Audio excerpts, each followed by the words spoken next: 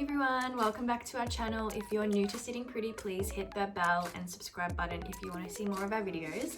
In today's video, I wanted to go into a little bit more detail about how to hydrate your hair, because that word gets thrown around a lot and I feel like I didn't really understand what hydrating hair meant, and there are different levels and layers to it. So I've done a bit of research and I just wanted to relay some of the information that I found and go through in a bit more of a sciencey detail background of how it all works, because as I'm sure some of you know, as you get a bit older, your hair starts to change, and hydrating it and just doing it in a different way and getting a little bit more granular with the process, I think can really help. And yeah, I just wanted to share this. So let's get started. So to hydrate hair means to actually penetrate the inner layers of your hair with moisture content, which means that your hair is going to absorb and retain moisture and water.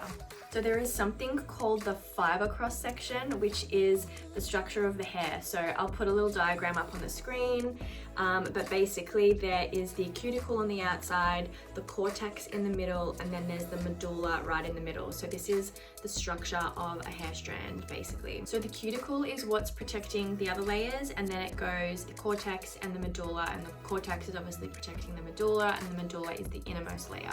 So now I'm going to go into a little bit more detail about the difference between hydrating and moisturizing the hair. So a basic way to explain it is that hydrating hair is more about actually getting moisture into the hair, so that the hair can be hydrated and I guess full of water, right? And so we want to retain the water.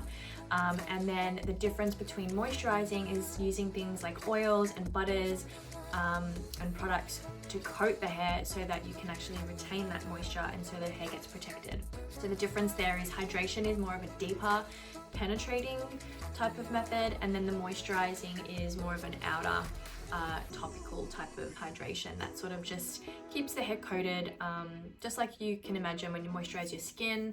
It's not really going deep into the skin, it's more just moisturizing and keeping that top layer of skin hydrated and nice and smooth. So what I've come to understand is that hydrating and moisturizing are actually kind of a package deal, and they're quite key because they work more interdependently than interchangeably. So you kind of need to do both. It is a bit of a catch-all with moisturizing and hydrating, but we wanted to emphasize that hydrating and moisturizing should be two different separate endeavors because they do two different things. So in the case of moisturizing, hydrating and conditioning speaks more to the look and feel of the hair. More of a softening, reduces friction type of product. So that is again more of an outer layer product. So that's something that you would do while you're in the shower, and then you would use more of your oils and things once you get out. I hope this video has been a little bit more helpful in explaining in more detail the difference between hydrating, moisturizing and conditioning.